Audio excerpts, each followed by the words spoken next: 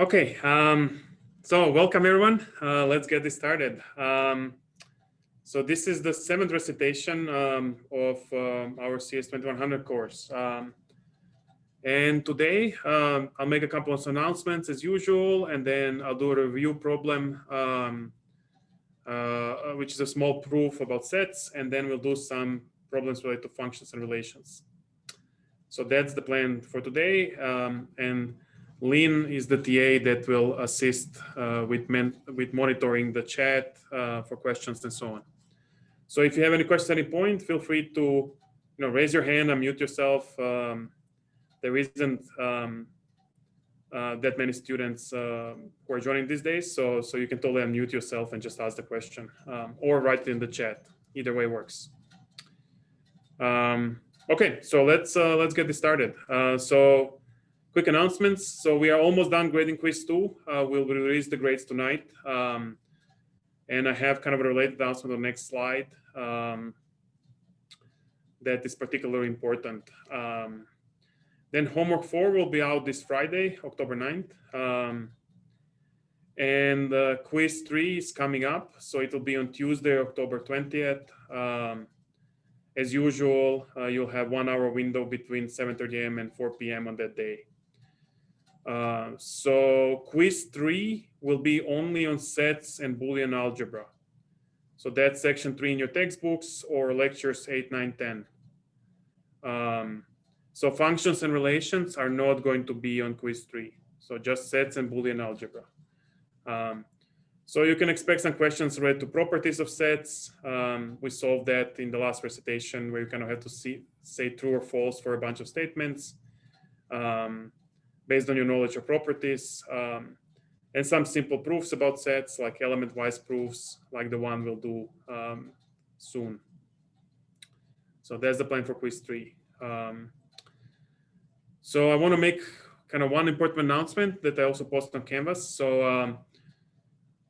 So unfortunately, when we were grading quiz 2, we identified some instances of cheating. So after that came up, Professor Phillips and I discussed how we want to deal with this. In the syllabus, we clearly specify that whoever is caught cheating, we're going to, submit an official request through the department that the person who cheated automatically fails the whole course.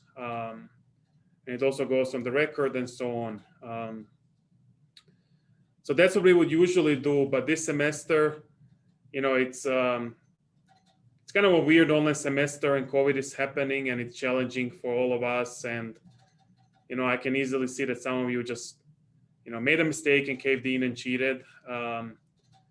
And so we wanted to be generous and give you this one opportunity to came forward and admit that you cheated by midnight tonight by sending an email to my email address. And if you do that, you will get 0 points on this quiz, but we will not fail you for the whole course. Basically, there'll be no other consequences except getting 0 points on that quiz. So I think that's really generous because, we are also dropping the lowest quiz grade. So if you do well on everything else, and this is the only mistake you make this semester, you can still do really well in the class. If you don't come forward by midnight tonight, then tomorrow, for students who don't do that and we discover that they cheated, we'll trigger the process and request that you fail the whole course. So that's the plan. Know that we're doing this only for quiz 2. Going forward, if we catch you cheating, you'll fail the whole course. Okay. So that's the important announcement I want to make. So keep this in mind. Any questions so far before we dive into solving a bunch of problems of sets, functions, and relations? Okay, good. Let's go to the much more fun and pleasant stuff. And so let's solve a couple of problems. So the first one is review. It's a question of sets, and it's an element-wise proof about sets. Another quick one. So in the previous recitation, a student asked about the pigeonhole question that we had on the quiz. And it was the hardest question on the quiz. So if you struggle with that question, don't be surprised. I consider it to be the hardest one on the quiz. And so I sketched out a solution. And so, it's all recorded. You can look it up. And also Mark will make, if he didn't already, he will make an announcement kind of showing one or two kind of correct solutions for this problem. So you can look for those if you struggle with that question. Okay, but coming back to this, so we have an element-wise proof. We want to prove this fact about these sets. So we want to prove that this the union of these first two sets is a subset of this second set. So quick reminder of the element-wise proofs. If you want to prove this subset, you have to show that assuming an element A that belongs to the left-hand side, you have to prove that this same element belongs to the right-hand side as well. So the structure of the proof is, let's say, you assume that you have some element A that belongs to the left-hand side. And then we want to show that the same element belongs to the right-hand side as well. So we have A, an element of x less than minus 3, where x is element of R, union y greater than 3, when y is an element of R. So we assume we have such an A, and now we have to prove that A is also an element of z squared greater than 9, where z is an element of R. So how do we do this? We still have this union here.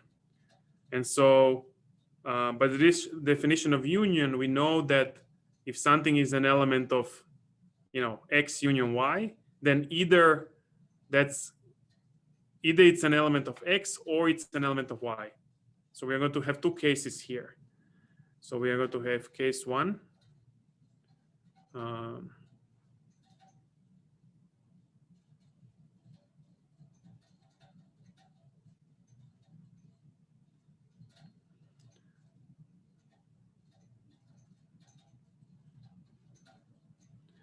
So that's when A is an element of x less than minus 3, where x is an element of R.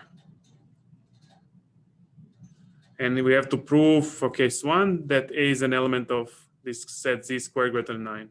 And similarly, you're going to have case two, where A is an element of y greater than 3, where y is in real numbers. Okay, so how do we prove this?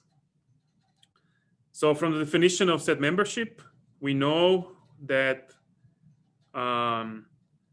A is less than minus 3, and we know that A is an element of R.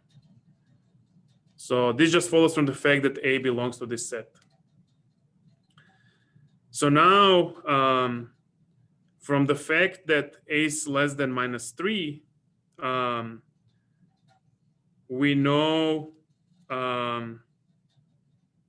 first we know that A plus 3 is greater than 0. So we know that by simply moving 3 to the other side. And then if we subtract 3 from both sides, we get that A minus 3 is less than minus 6.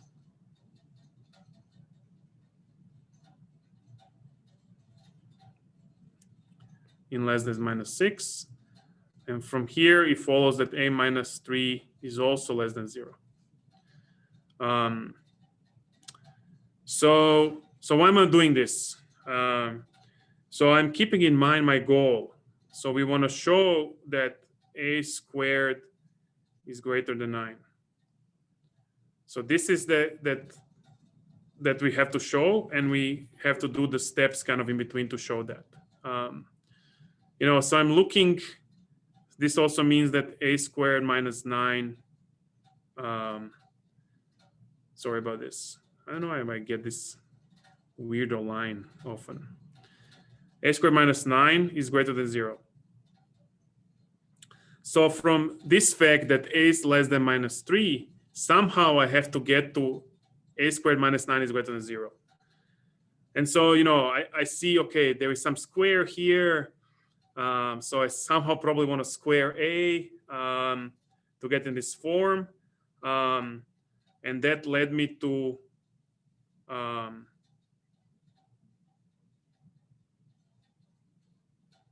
this step, that a plus 3 times a minus 3 is greater than 0. So that follows from the fact that a plus 3 and a minus 3 are negative. And if you multiplication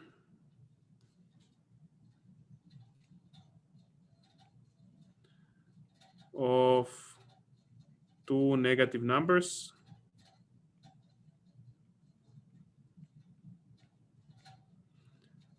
is negative.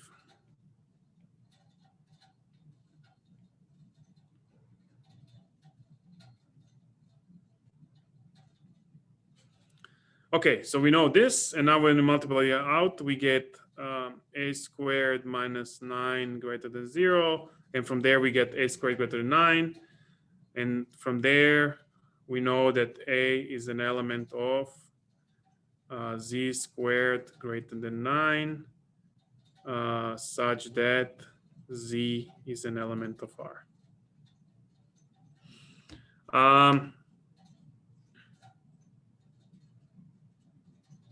Okay, so this shows case 1. Case 2 is very similar. Any questions about this proof of case 1?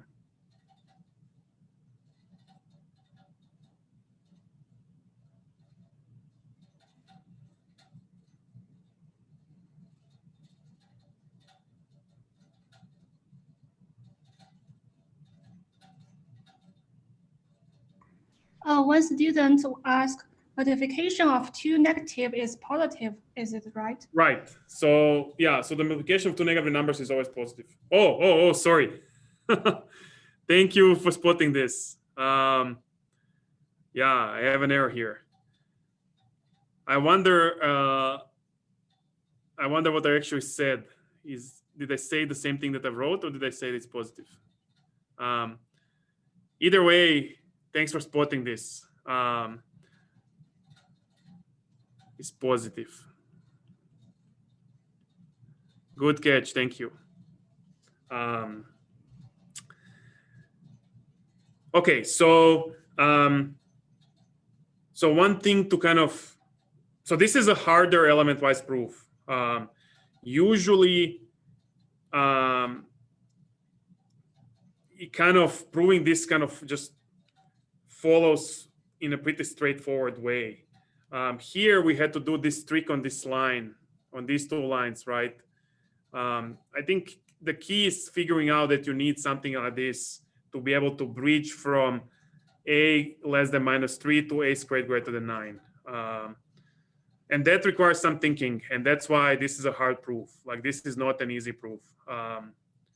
So, keep this in mind.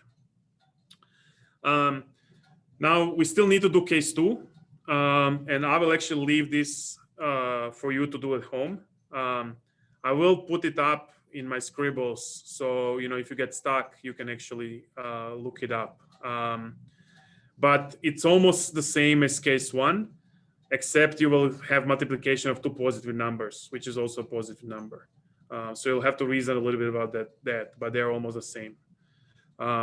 Let me just write you what you have to prove, and then we'll move ahead. So in case 2, you want to prove that if A is an element of this set y greater than 3, such that y is an element of R, you have to end up with, A is an element of z squared greater than 9, where z is an element of R. You have to fill in the middle. Professor, Yes. there's a student that says there's no audios on YouTube, and I checked, there's no.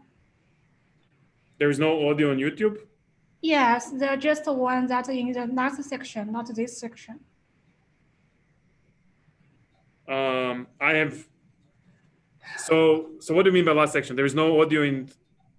No, no live on. It's not live on YouTube for this section. It's not live on YouTube? Yes. Okay. Thanks for telling me.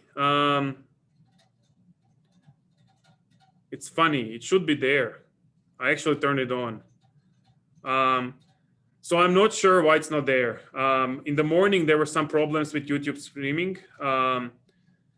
What I will do is I will also record on this computer.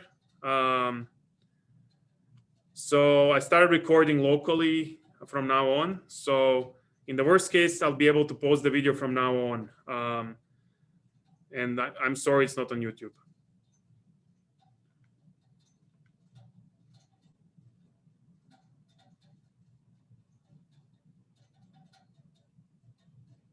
Oh, it's streaming, but there's no audio. Okay, that's even weirder. Then I have no clue why it's happening. Some people have audio. Okay, so I'm sorry. It might be some kind of weird Zoom YouTube problem. Like I said, I also turned on local, saving this locally. So there will be video, but it might not be live. So sorry about that. Okay, so let's move ahead. Finish this proof at home. Like I said, it's easy. You just follow the same structure as case 1. What do we have next? Okay, so let's do an easy question of function. On functions, and let's do breakout rooms. I think it's a good exercise. And you also get to know your peers a little bit. So it's an easy question. You want to draw an arrow diagram for this function. So I'll give you just a couple of minutes to do it. I'm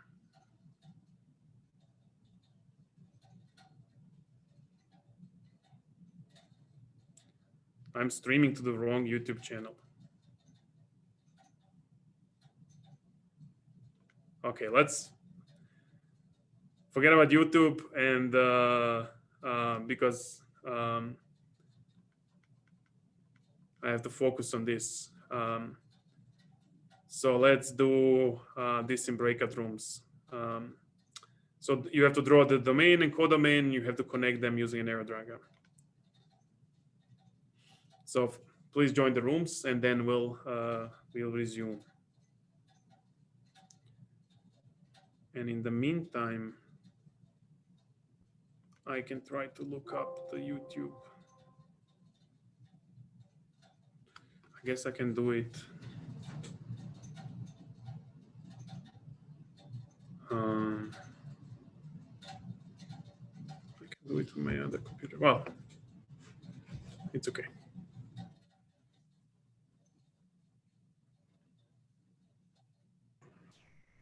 Oh, where is it? I cannot see what is playing now.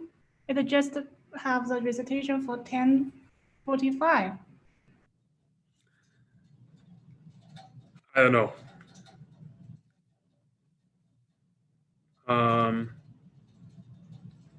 Okay, it's maybe my bad.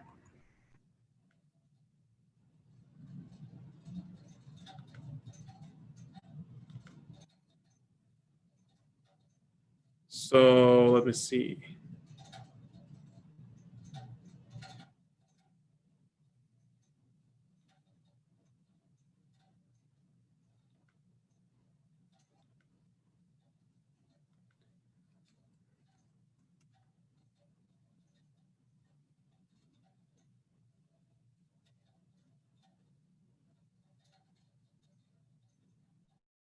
Oh, let me see. I mean, I see it now. Maybe it is in the wrong channel. So maybe I stream under Zvonim Rakamaric, and that's why people cannot find it.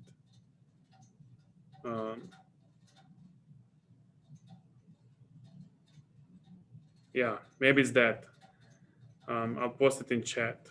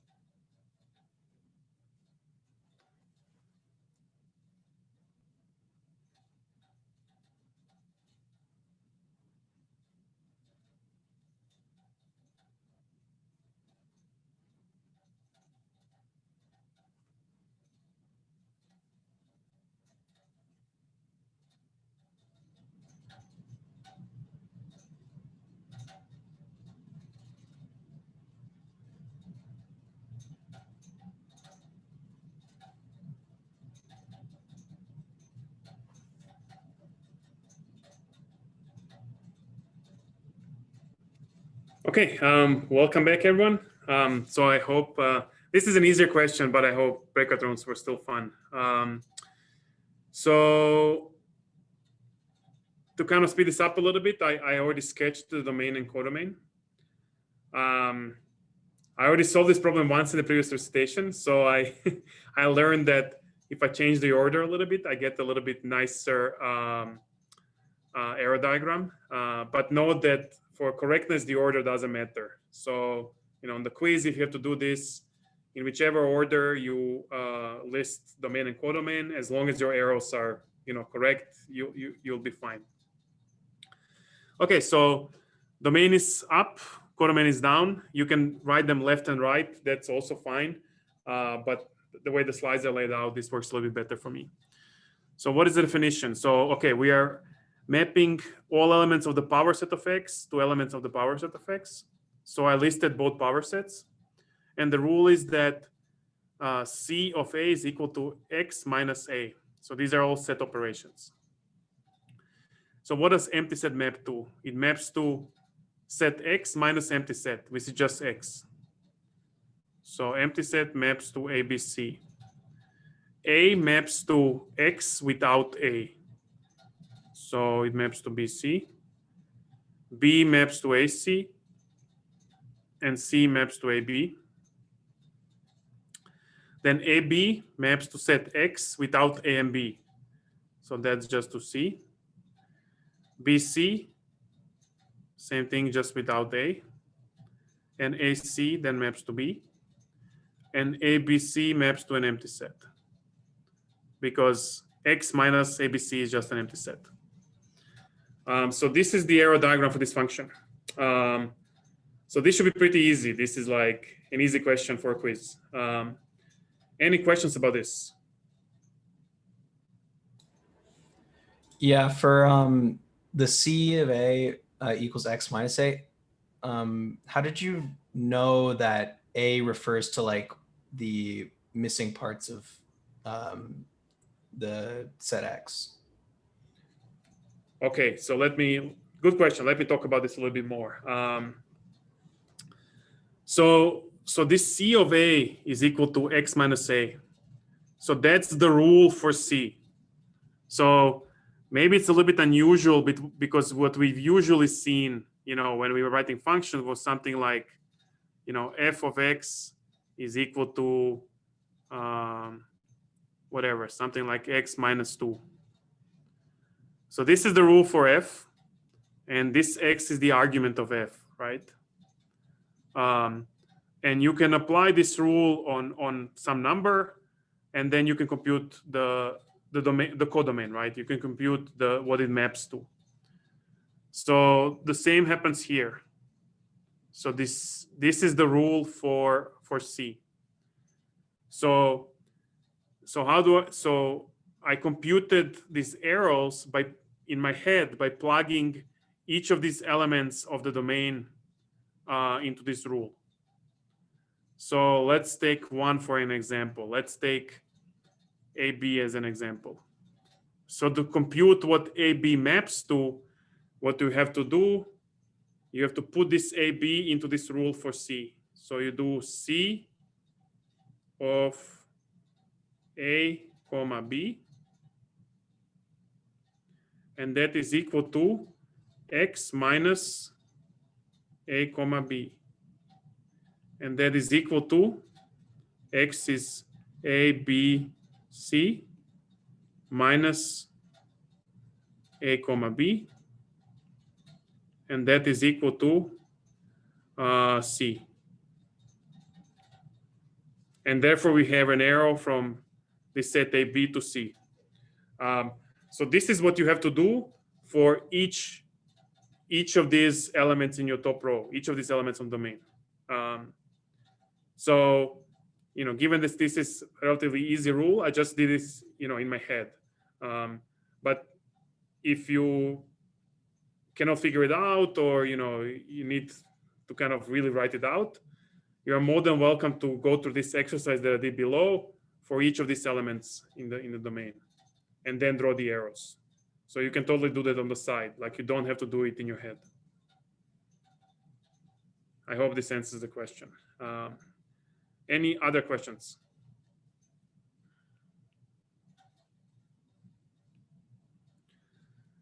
Okay, so let's move to my second problem on functions, which is an easy proof about functions. So these are the sorts of proofs that we'll be doing about functions, and you can expect to have one such proof in quiz 4 as well. So what do we have? So we have g, which is a function that maps reals to reals. And the rule is that g of x is equal to 5x minus 7. And we want to prove that g is invertible. And we do this by proving that it's both one-to-one and onto. So one-to-one and onto are true properties of functions that you should be familiar with and we covered in the lectures. Okay, so how do we do this? So we have to prove two things. G is one-to-one.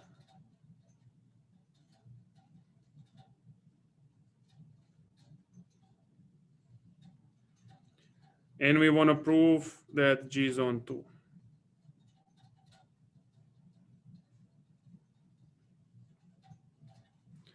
If we prove both of these, then we know it's invertible. So usually one-to-one is an easier proof. So let's do that one first. And in the lectures, I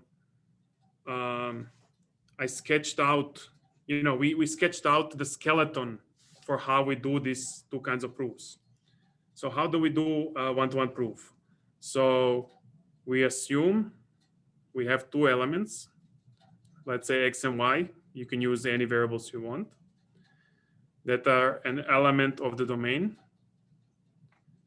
So this is domain. I'll specifically note this down here because domain and codomain are the same, so to avoid confusion. So let x and y be given.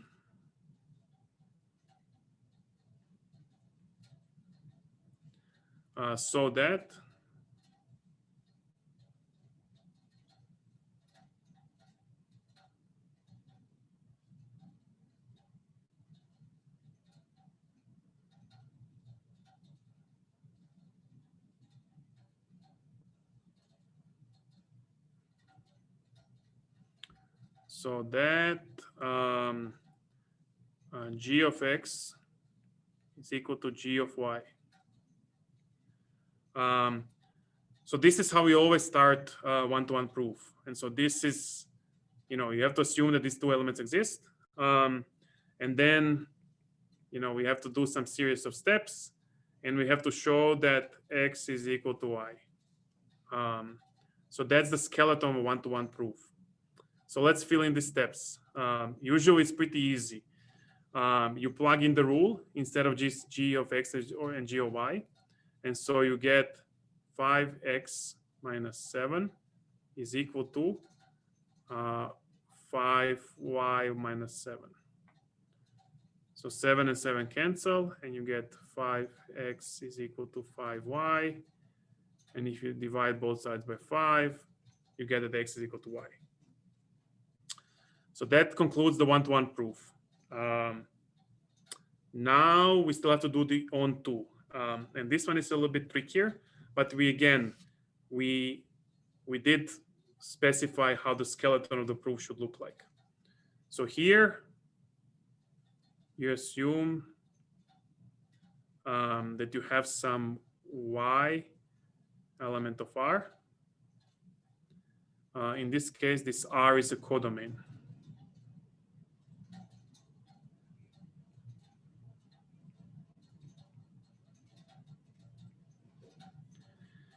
And now, after we assume that, we have to show that there is some Z that is element of R, where this R is a domain. such that g of z is equal to y. So we have to fill in here the steps to show that if we pick some y in the codomain, we can find z in the domain such as g of z is equal to y. So now the main part of this proof is to figure out what this z should be. You can figure this out off the top of, just by kind of thinking. What I find useful is to have a little kind of side computation to figure out z, and we can figure it out from the rule. So we know that y should be equal to 5 times z minus 7. So from there, we can derive that z is equal to y plus 7 divided by 5. So that's a little side computation. It's not a part of the main proof. This just helps us to find what this z should be. So now in the proof, we take z to be equal to y plus 7 divided by 5. We also know we have to establish that this z is element of R, and then the g of z is equal to y. So let's first do g of z is equal to y. So let's compute g of z. G of z is equal to g of y plus 7 divided by 5, and that's equal to 5 times y plus 7 divided by 5 minus 7. We plug it into the rule. 5 and 5 cancel, and we get y plus 7 minus 7, which is just equal to y. So we show that g of z is equal to y, and we still have to show that z is an element of R. Well, we know that, let me write this down. Since y is an element of R, we know that y plus 7 divided by 5 is also an element of R. And that's because of closure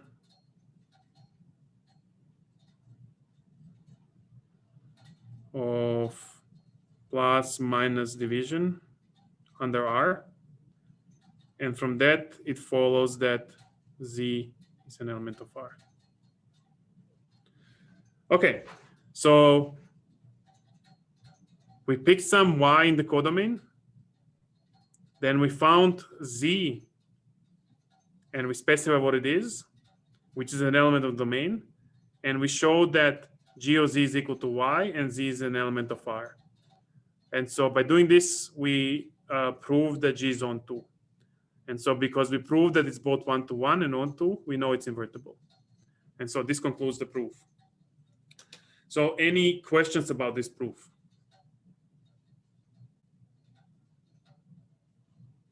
Can you show how you were able to use closure? So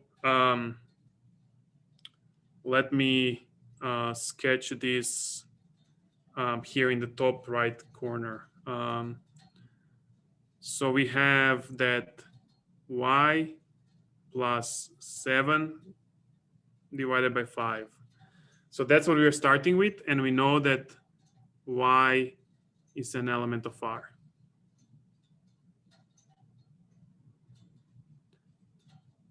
So real numbers are even nicer than integers. So real numbers are closed under addition, subtraction, multiplication, and division. So they're closed under all of these operations. So if y is a real number, then we know that y plus 7 is also a real number, because 7 is a real number and real numbers are closed on addition. And we don't need multiplication. We don't need subtraction. We just need addition and division. So if y plus 7 is real number, and we know that 5 is a real number, then y plus 7 divided by 5 is also a real number, because real numbers are closed under division. So that's how I use closure. And we actually don't need subtraction. We just need division and addition. Any questions about this?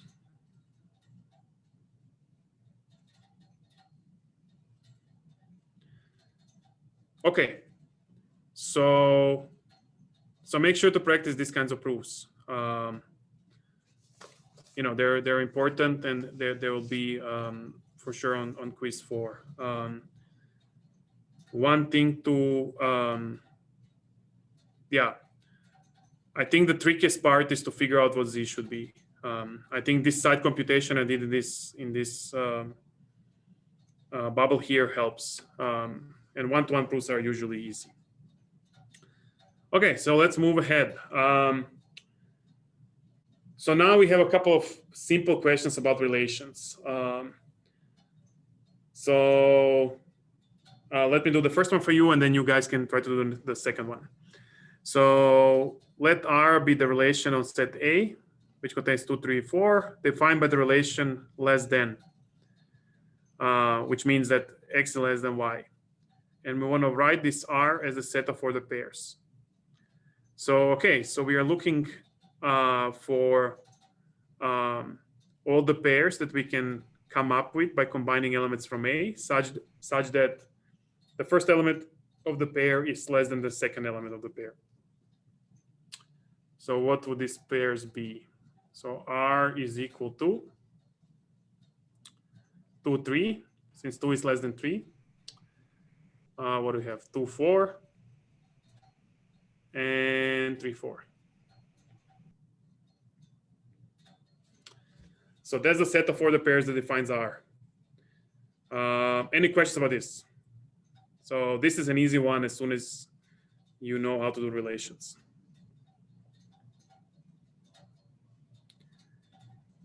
Okay. So why don't you guys try to do this one on your own? I'll give you maybe a minute or two. It's an easy one. So you want to write the inverse of the previous relation. Also as a set of pairs. And so if you remember how you do relations, inverses of relations, well, you basically just have to reverse the arrows, right? You have to go in the other direction. So you have to reverse the pairs. And you then also describe what this inverse is in words. So if R is greater than, then R to the power of minus 1 is the inverse of it.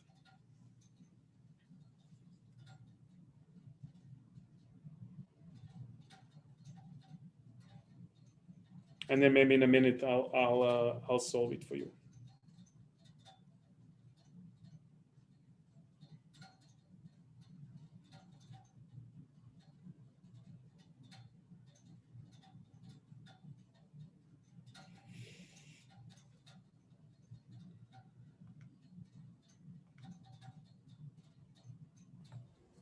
Can you go back to the last slide so we can see the numbers again? Sure. Yeah, sorry about that. Thank you.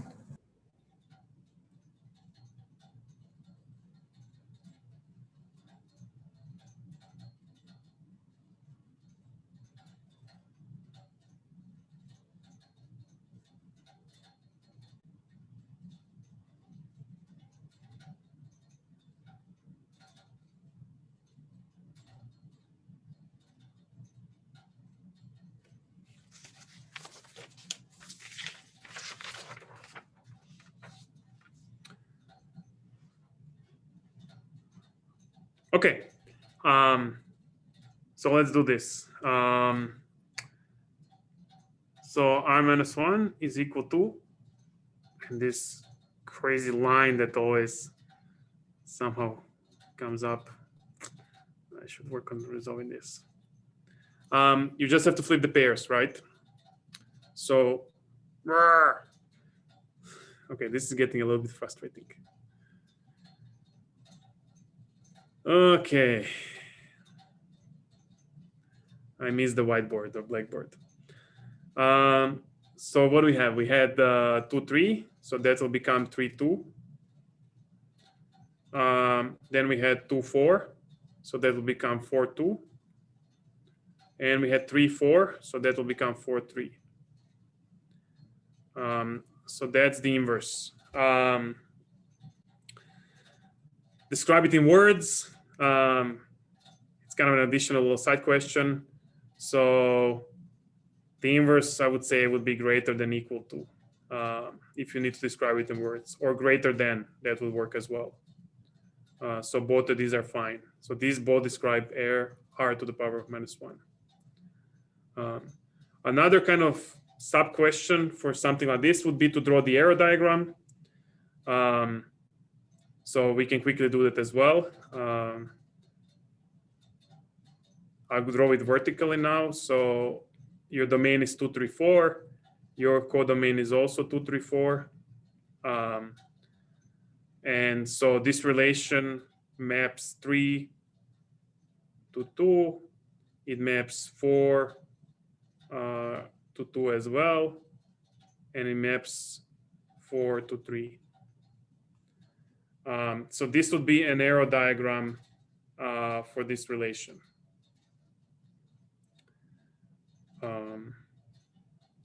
So, okay, any questions about this one?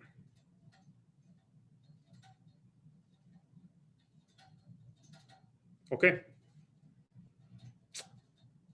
So let's do one more. And then why don't you guys try this? I'll give you 1 minute and then I'll solve it for you and then wrap it up. So here we have the relation that maps non-negative integers into non-negative integers, and it's specified by this equation where x squared plus y squared is 25. And we want to write it again as order pairs. So this one is kind of interesting because both domain and codomain have an unbounded number of elements.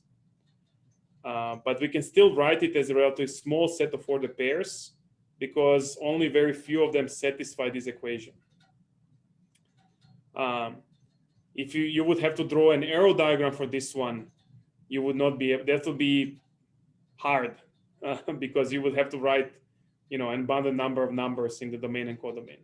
So, but with order pairs, you can specify it very succinctly.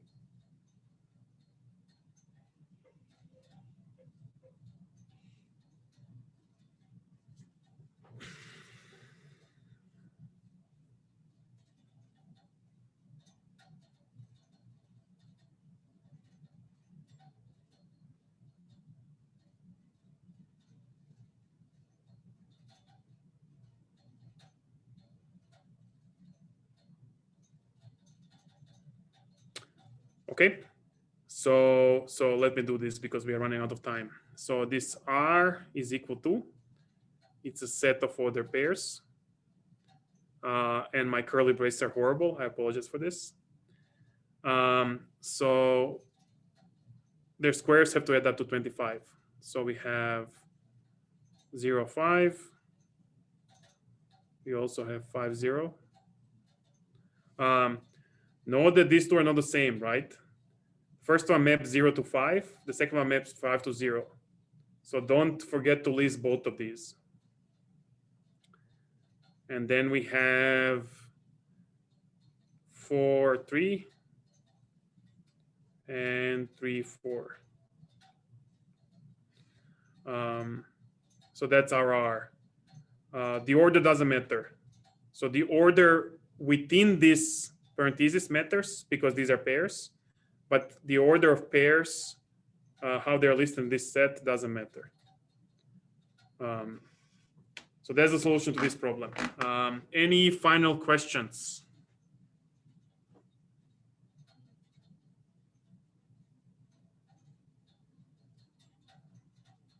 Okay.